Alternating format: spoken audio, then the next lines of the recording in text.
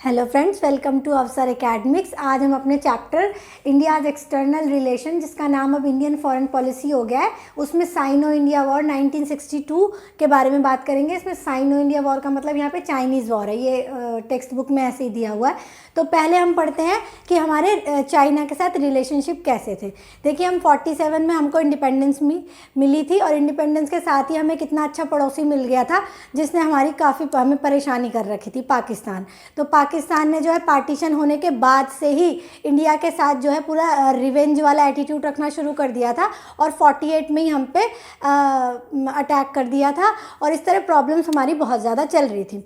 तो ऐसे में नेहरू जी, जो उस टाइम हमारे फर्स्ट प्राइम मिनिस्टर थे, उन्होंने ऐसा सोचा था कि हमें अपनी नेबरिंग कंट्रीज़ के साथ बहुत अच्छे रिलेशन रखने हैं, जो कि पाकिस्तान के साथ तो पॉसिबल नहीं हो पा रहे थे, लेकिन बाकी सबके साथ हमें बहुत अच्छे रिलेशन रखने हैं। तो चाइना हमारा एक नेबरिंग कंट्री था, तो नेहरू जी बहुत पॉजिटिव अप्रोच के साथ जो है चाइना के साथ रिलेशन रखना चाह रहे थे। तो उसी टाइम में क्या हुआ कि 49 में चाइनीज़ रेवोल्यूशन हुआ, जिसमें कि वहाँ पर कम्युनिस्ट गवर्नमेंट की सरकार बन गई, मतलब वहाँ पे कम्युनिज्म आ गया और 49 के बाद वहाँ पर चाइना में कम्युनिस्ट गवर्नमेंट बन गई। तो इंडिया जो है पहली कंट्री था रिकॉग्नाइज़ करने के लिए चाइनीज़ गवर्नमेंट को। मतलब जब भी कोई नई कंट्री बनती है या उसमें किसी नई तरह की गवर्नमेंट आती है तो बाकी देशों को जो है उसको रिकॉग्नाइज़ करना होता है। तो इंडिया जो है पहली कंट्री था जिन्होंने चाइना की कम्युनिस्ट गवर्नमेंट को रिकॉग्नाइज़ किया, बहुत अप्रिशिएट भी किया कि चलिए बहुत अच्छी बात है, इस तरह से हम जो यूरोपियन डोमिनेंस है उससे बचे रहेंगे और अपने पैरों पर खड़े होंगे। तो उन्होंने चाइना को अप्रिशिएट किया। तो हमारे जो है चाइना के साथ बहुत अच्छे रिलेशन चल रहे थे, बहुत ही फ्रेंडली रिलेशन चल रहे थे। नेहरू चाइना को जो है बहुत पसंद किया करते थे और वहाँ के जो प्रेसिडेंट वगैरह थे उनसे उनके बहुत फ्रेंडली रिलेशन थे। लेकिन जो हमारे फॉरेन मिनिस्टर थे पहले, जो हमारे होम मिनिस्टर थे पहले, पटेल, उनको जो है चाइना पर शुरू से ही कुछ शक था। शायद उनकी सिक्स सेंस थी, या वो देख रहे थे कि शुरू से जो चाइना का अप्रोच रहा है ना, बहुत ही एग्रेसिव रहा है। चाइना एक इस तरह की कंट्री रही है जिसकी फॉरेन पॉलिसी शुरू से ही बहुत एग्रेशन वाली रही है। तो पटेल कहीं ना कहीं इस बात को समझ रहे थे और उन्होंने नेहरू जी को चेताया भी था कि आप इतना ज़्यादा विश्वास मत कीजिए चाइना पर, क्योंकि हो सकता है ये आगे चल के हमारी टेरिटरी में घुस जाए और हमारे लिए प्रॉब्लम क्रिएट करे। लेकिन नेहरू जी ने उनकी बात पर इतना ज़्यादा गौर नहीं किया। इवन उस टाइम इतना वो था कि जो बॉर्डर्स पर आर्मी भी नहीं लगा रखी थी, इतना ज़्यादा अपना फ्रेंड समझ रहे थे चाइना को कि सिर्फ पैरामिलिट्री फोर्स जो है वो बॉर्डर्स पे लगाई हुई थी, आर्मी भी ढंग से नहीं लगाई हुई थी। तो इतने अच्छे फ्रेंडली रिलेशन चल रहे थे। तो इन फ्रेंडली रिलेशंस के बीच में ही 1954 में क्या हुआ कि एक पंचशील एग्रीमेंट भी बनाया गया, जो कि क्या था कि पंचशील एग्रीमेंट में क्या था, 1954 में इसमें साइन हुआ था इंडिया और चाइना के बीच में, जिसमें इंडिया के नेहरू और चाइना के जाओ एनलाई ने साइन किया था। तो इस एग्रीमेंट में क्या था कि दोनों एक दूसरे की टेरिटरी में नहीं घुसेंगे, एक दूसरे के इंटरनल अफेयर में टांग नहीं अड़ाएंगे और एक दूसरे की सॉवरेनिटी की रिस्पेक्ट करेंगे। तो इस तरह की बातें जो हैं पंचशील में थी। देखिए, बहुत ही इंपॉर्टेंट है ये एग्रीमेंट पंचशील, इसको आप थरली कर लीजिएगा। मैंने प्रीवियस वीडियो में पूरा इसको करवा दिया था। इसकी डेट थी 29 अप्रैल 1954। ये हुआ था नेहरू और जाओ एनलाई के बीच में, जिसमें कि 5 प्रिंसिपल्स रखे गए थे कि एक दूसरे के साथ कैसे फ्रेंडली रिलेशन रखना है, आपस की लड़ाइयों को प्यार से और बातचीत से सुलटाना है, एक दूसरे की सॉवरेनिटी की रिस्पेक्ट करनी है, टेरिटरी की रिस्पेक्ट करनी है। तो ये सब बातें जो हैं पंचशील एग्रीमेंट में थी, जिससे कि हमारी फ्रेंडशिप और बहुत अच्छे से आगे चल रही थी। अब क्या और क्या होता था, मतलब इस तरह की फ्रेंडशिप थी कि दोनों देशों के जो लीडर्स थे वो एक दूसरे के देश में आते जाते रहते थे। जैसे कि नेहरू चाइना जाते रहते थे और जाओ एनलाई इंडिया आते रहते थे। आपस में बहुत ही अच्छे रिलेशन चल रहे थे। लेकिन हमारे इस फ्रेंडली रिलेशन में स्ट्रेन कब से लगने शुरू हुए, तो वो आया हमारे सामने तिब्बत वाली प्रॉब्लम। सबसे पहली जो प्रॉब्लम आई वो आई तिब्बत की। तिब्बत का नाम आपने सुना होगा, वो एक प्लेट्यू है और एक बफर स्टेट का काम किया करता था चाइना और इंडिया के बीच में। बफर स्टेट का क्या मतलब होता है? उसका मतलब होता है कि दो बड़ी कंट्रीज़ के बीच में एक छोटा सा कंट्री होता है जो कि दोनों के बीच में एक तरह का बफर का काम करता है कि वो एकदम आमने सामने ना आ जाए। तो तिब्बत का इसलिए हमारे लिए काफ़ी इम्पोर्टेंस था और उसका एक अपना अलग कल्चर था और बहुत ही पीसफुल कंट्री टाइप का वो देश था। लेकिन चाइना का क्या था, वो शुरू से यही कहता था कि तिब्बत तो हमारा है। वो बार बार उसमें कभी टांग अड़ाता था, कभी नहीं, कभी उसमें घुसता रहता था। तो इस तरह की प्रॉब्लम वो तिब्बत में करता रहता था। लेकिन एट लास्ट क्या हुआ, उन्होंने 1950 में चाइना में वो लोग घुस गए और उन्होंने वहाँ पर अपना सप्रेशन शुरू कर दिया वहाँ पर। तो इंडिया ने इस बात को अपोज भी किया। इंडिया ने चाइना से बोला, क्योंकि हमारे तो बड़े अच्छे रिलेशन थे, तो उनके लीडर्स से बोला कि भाई आप ये गलत कर रहे हैं और इस तरीके से तिब्बत में मत घुसिए, उन लोगों को परेशान मत कीजिए, वो बहुत पीसफुल कंट्री है। लेकिन चाइना यही कहता रहा कि नहीं भाई, तिब्बत तो हमारा ही था और वो सिर्फ इसलिए मना कर रहे हैं क्योंकि वो चाहते हैं कि हम उनकी कल्चर को डिस्टर्ब ना करें। तो उन्होंने क्या कहा, हम उनको ऑटोनॉमी दे देंगे, इंटरनल ऑटोनॉमी, बाकी तो वो हमारे ही है और हम उस पर अपना अधिकार वो जताते रहे।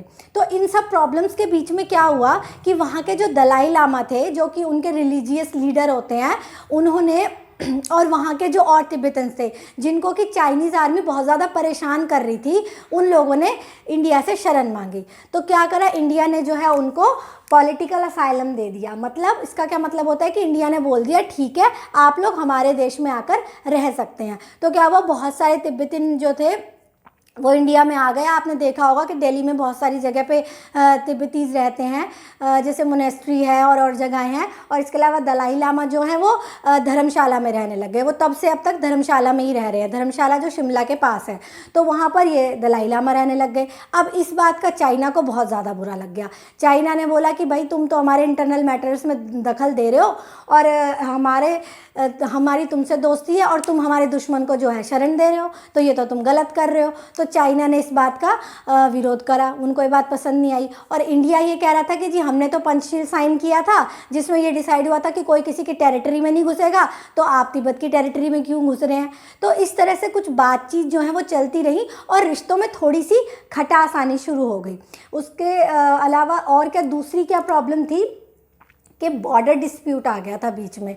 बॉर्डर डिस्प्यूट क्या था कि चाइना इंडिया ये हमेशा से ये कहता था कि जो ब्रिटिशर्स ने बॉर्डर बनाया है, जो बाउंड्री लाइन बनाई है, उसी को मान लेते हैं, क्योंकि 200-250 साल तक तो ब्रिटेन यहाँ पर राज करके गया था, उन्होंने अपने हिसाब से सारी बाउंड्रीज बना दी थी। तो इंडिया और चाइना के बीच का जो बॉर्डर है वो भी वही लोग बना के गए थे और इंडिया उसको पूरी तरह से मानता था। लेकिन चाइना इस बात को मानता नहीं था। वो कहते थे हम किसी ऐसे बॉर्डर को नहीं मानते हैं, और वो इंडिया के बहुत सारी टेरिटरीज़ को अपना कहता था, जिसमें खासकर 2 थी, जिसमें कि जम्मू कश्मीर का में लद्दाख का जो रीजन है उसमें अक्साई चीन को वो अपना कहते थे और नॉर्थ ईस्ट में वो अरुणाचल प्रदेश को अपना कहते थे। तो इस तरह से ये बॉर्डर डिस्प्यूट भी दोनों देशों के बीच में होना शुरू हो गया था। अब क्या हुआ कि दोनों देशों की लीडरशिप में हाई लेवल की बातचीत तो चलती रहती थी कि ऐसा नहीं होना चाहिए, बॉर्डर की बात को सुलझा लेते हैं आपस में मिलजुल के, लेकिन ऐसा हो नहीं पा रहा था। बीच बीच में दोनों देशों की जो सेनाएं थी, टुकड़ियाँ थी, उनमें छोटी मोटी झड़प भी होती रहती थी। आप इस बात को बहुत अच्छी तरह से समझ पाओगे क्योंकि अभी 2020 में ये सब चाइना फिर से कर चुका है। उन्होंने फिर से लद्दाख में यही सब करा कि बॉर्डर के अंदर घुस जाओ, पहले छोटी छोटी झड़प करते रहो, फिर जी मीटिंग्स हो रही है मिलिट्री लेवल की। तो यही सब कुछ उस टाइम भी चल रहा था, मीटिंग्स चल रही थी, छोटी छोटी झड़प होती थी, तो ये सब चलता रहता था। और होते होते लास्ट में उन्होंने एक्साई चीन पे कब्जा कर लिया। तो उन्होंने 57 to 59 के बीच में दे ऑक्यूपाइड अक्साई चीन। अक्साई चीन पर उन्होंने कब्जा कर लिया और वहाँ पे स्ट्रैटेजिक रोड बना ली। देखिए स्ट्रैटेजिक रोड बनाना ऐसी जगह पे बहुत ज़्यादा मैटर करता है, क्योंकि पहाड़ी इलाकों पर वहाँ पर अपनी सेना को पहुँचाना और मिलिट्री इक्विपमेंट्स को पहुँचाना बहुत ज़्यादा ज़रूरी हो जाता है। तो अक्साई चीन जैसी, लद्दाख जैसी जगह पर जहाँ पर कि इतना पहाड़ी इलाका है और दूसरी बात बॉर्डरिंग एरिया है, वहाँ पर चाइना ने स्ट्रैटेजिक रोड बना ली। अब मामला और भी ज़्यादा ख़राब हो गया। अब जब इतने ज़्यादा मामला ख़राब हो गया और बातचीत तो चलती रही, और लेकिन इसके बावजूद भी क्या हुआ, अक्टूबर 1962 में चाइना ने जो है अटैक कर दिया इंडिया पर 2 साइड से। दो साइड मतलब वो जो अरुणाचल प्रदेश वाली साइड थी और लद्दाख वाली साइड, दो बोथ साइड से उन्होंने जो है इंडिया पर अटैक कर दिया। उस टाइम अरुणाचल प्रदेश और ये नागालैंड, सिक्किम, इधर वाली नॉर्थ ईस्टर्न स्टेट्स को नेफा बोला जाता था। तो उन्होंने नेफा की साइड से पहले अटैक किया, जिसमें कि उन्होंने पहले अरुणाचल प्रदेश को के बहुत सारे हिस्से को अपने उसमें कर लिया। उसके बाद जो सेकेंड वेव पे उन्होंने लद्दाख पर अटैक कर लिया। मतलब पहले उन्होंने अक्टूबर में अटैक किया था, अक्टूबर 1962 में नेफा पे किया, और उसके एक महीने बाद उन्होंने लद्दाख पर अटैक कर दिया। तो उस टाइम क्या था, देखिए ये कौन सा टाइम है, 62। अगर आपको याद हो कि हमने फर्स्ट चैप्टर में क्या पढ़ा था, 62 में दुनिया क्या थी, वो क्यूबन क्राइसिस में उलझी हुई थी। तो सारी दुनिया जब क्यूबन क्राइसिस की सुलझाने में लगी हुई थी, जो सुपर पावर्स के बीच में क्यूबा को लेके चल रहा था, उस टाइम पर चाइना ने इंडिया पर अटैक कर दिया। किस उसमें दोस्ती के रिश्ते के पीछे से उन्होंने हमारे ऊपर अटैक कर दिया। सामने से तो वो ये लोग कहते थे हिंदी चीनी भाई भाई हैं और इस तरह की बातें चलती थी, और एक तरफ से उन्होंने एक साथ दो फ्रंट से इंडिया पे अटैक कर लिया। तो इंडिया के लिए संभालना बहुत ज़्यादा मुश्किल हो गया था, क्योंकि इंडिया उस टाइम इतनी अच्छी कंडीशन में नहीं था। और आपको अभी बताया है कि उन्होंने तो इवन वहाँ पर आर्मी भी नहीं लगा रखी थी बॉर्डर्स पे, वहाँ सिर्फ पैरामिलिट्री फोर्स लगी हुई थी। तो इंडिया के लिए वो सब संभालना बहुत ज़्यादा मुश्किल हो गया। पूरी दुनिया में इंडिया के लिए एक तरह से ह्यूमिलिएशन वाली स्थिति हो गई थी। नेशनली और इंटरनेशनली इंडिया की बहुत ज़्यादा ह्यूमिलिएशन हुई, क्योंकि इंडिया वो सब नहीं संभाल पा रहा था। उसको ब्रिटेन और अमेरिका से जो है मदद मांगनी पड़ गई थी। ब्रिटेन से मदद मांगनी पड़ी, मतलब जिनको आपने 200 साल लड़के भगाया है, अब आपको उन्हीं से असिस्टेंस मांगनी पड़ रही थी। तो ये जो है इंडिया के लिए एक बहुत ह्यूमिलेशन की बात हो रही थी। और दूसरा जो हमारे सबसे बड़ा दोस्त था यूएसएसआर, उसने भी हमारी कोई मदद नहीं करी, वो बिल्कुल न्यूट्रल रहा, क्योंकि वो उस टाइम चाइना को ज़्यादा मदद कर रहा था, क्योंकि चाइना में कम्युनिस्ट गवर्नमेंट बन गई थी। तो यूएसएसआर क्योंकि खुद कम्युनिस्ट कंट्री था, इसलिए वो जो है चाइना को कुछ कह नहीं रहा था। तो इस कॉन्फ्लिक्ट में यूएसएसआर बिल्कुल न्यूट्रल रहा, उसने किसी को कुछ बोला नहीं। तो इंडिया का जो है इस वॉर में बहुत ख़राब स्थिति रही। तो इंडिया में क्या हुआ कि बहुत ज़्यादा इंडिया के अंदर ही इस चीज़ की बहुत ज़्यादा बुराई की जाने लगी, दुनिया में भी और इंडिया में भी, कि इंडिया से एक जो है झटका भी नहीं सहा गया। अब इसकी वजह से क्या हुआ कि फिर उसके बाद क्या हुआ कि चाइना ने अपने आप ही सीज़ फायर भी कर दिया और अक्साई चीन पे कब्जा कर लिया। अरुणाचल प्रदेश से तो वो चले गए। तो अब इसके बाद क्या देश में क्या फ़र्क पड़ा इस चीज़ का? सबसे पहले तो बहुत क्रिटिसिज्म होने लगा, नेहरू गवर्नमेंट का बहुत ज़्यादा क्रिटिसिज्म हुआ। इसके अलावा बहुत सारे मिलिट्री ऑफिसर्स को रिज़ाइन करना पड़ा। जनता ने, सरकार ने, सबने कहना शुरू कर दिया कि भाई तुम क्या कर रहे थे। दूसरा देश आया, लड़ा, अपने आप ही लड़ाई ख़त्म करी, जो उसको लेना था उसको लेके और चले गए। तो आप लोग क्या कर रहे थे? इसकी वजह से बहुत सारे मिलिट्री ऑफिसर्स को रिज़ाइन करना पड़ा। जो हमारे डिफेंस मिनिस्टर थे वी.के. मेनन, उनको भी कैबिनेट छोड़नी पड़ी। ये नाम आप याद रखिएगा। तो वी.के. मेनन को कैबिनेट छोड़नी पड़ गई। और पहली बार फॉर द फर्स्ट टाइम ऐसा हुआ था कि नो कॉन्फिडेंस मोशन पे डिबेट हुई थी लोकसभा में कांग्रेस की सरकार के खिलाफ। ठीक है, नो कॉन्फिडेंस मोशन का क्या मतलब होता है? जब लोकसभा में ये मोशन लाया जाता है, उसका मतलब ये होता है कि सरकार ने अपना कॉन्फिडेंस खो दिया, अब इस सरकार को हट जाना चाहिए। हालांकि वो पास तो नहीं हुआ, लेकिन यही बहुत बड़ी बात थी कि कांग्रेस के खिलाफ नो कॉन्फिडेंस मोशन पे जो है डिबेट हुई थी। और नेहरू के बहुत क्रिटिसिज्म हो रहा था। सब लोग कह रहे थे कि नेहरू जी क्या कर रहे थे, एक तो कि आप ठीक से असेसमेंट नहीं कर सके, आप पहचान नहीं पाए चाइना को, आप दोस्ती का राग अलापते रहे और वो पीछे से आपको लड़ाई करके चले गए। तो नेहरू जी का बहुत क्रिटिसिज्म हुआ। और दूसरी किस बात पे हुआ कि आपने मिलिट्री प्रिपरेशन नहीं रखी ठीक से। अगर हम उस टाइम प्रिपेयर होते तो शायद उतना नुकसान ना झेलना पड़ता जितना कि झेलना पड़ा था। तो इस मारे नेहरू जी का बहुत ज़्यादा क्रिटिसिज्म होने लगा। और ये पहली बार ऐसा हुआ था जब जनता का विश्वास थोड़ा सा कांग्रेस से हटना शुरू हो गया था। तो यही वो टाइम था, इसी के बाद से जनता जो है कांग्रेस के विश्वास थोड़ा सा डगमगाना शुरू हो गया था। इसके अलावा और क्या फ़र्क पड़ा? ये तो रूलिंग पार्टी थी जिस पे फ़र्क पड़ा। अपोजिशन पर भी इस लड़ाई का फ़र्क पड़ा। अपोजिशन में कौन था? अपोजिशन में कम्युनिस्ट पार्टी ऑफ इंडिया थी। अब कम्युनिस्ट पार्टी ऑफ इंडिया में स्प्लिट हो गया। 64 में कम्युनिस्ट पार्टी जो है दो हिस्सों में बट गई। एक बन गई CPI जो प्रो सोवियत थी, मतलब जो सोवियत यूनियन को मानने वाली थी, और दूसरी बन गई CPIM मार्क्सिस्ट, मतलब जो प्रो चाइनीज़ थी, मतलब वो चाइना को मानने वाले थे। जब दो हिस्सों में स्प्लिट हो गया तो जो चाइना को मानने वाला CPIM था उसके बहुत सारे लीडर्स को अरेस्ट किया जाने लग गया, क्योंकि लगा कि भाई चाइना हम पे अटैक कर रहा है और तुम जो है चाइना की तारीफ़ कर रहे हो, तो ऐसे बहुत सारे लीडर्स को अरेस्ट कर लिया गया। तो ये हुआ पार्टीज़ में, मतलब कांग्रेस की भी स्थिति खराब हो गई और कम्युनिस्ट पार्टी की भी। और क्या हुआ, इसके अलावा और क्या रिजल्ट निकले कि अब तक क्या था, जो नॉर्थ ईस्टर्न रीजन था उसके ऊपर ज़्यादा ध्यान नहीं दिया जा रहा था। कहने का मतलब जो 7 सिस्टर स्टेट्स है ना, नागालैंड, सिक्किम, अरुणाचल प्रदेश, आसाम, इनके ऊपर ज़्यादा ध्यान नहीं दिया जाता था, ये अंडर डेवलप्ड थे। बाकी कंट्री में ध्यान दिया जा रहा था लेकिन इस तरफ नहीं दिया जा रहा था। तब एकदम से सबका ध्यान इन स्टेट्स की तरफ गया, सबको ये बात समझ में आ गई ये भी हमारा रीजन है, ये भी हमारी कंट्री का पार्ट है और हमें इनकी तरफ ध्यान देना पड़ेगा, वरना चाइना जैसी कंट्री आके अटैक करके इनको हमसे छीन के ले जाएंगे।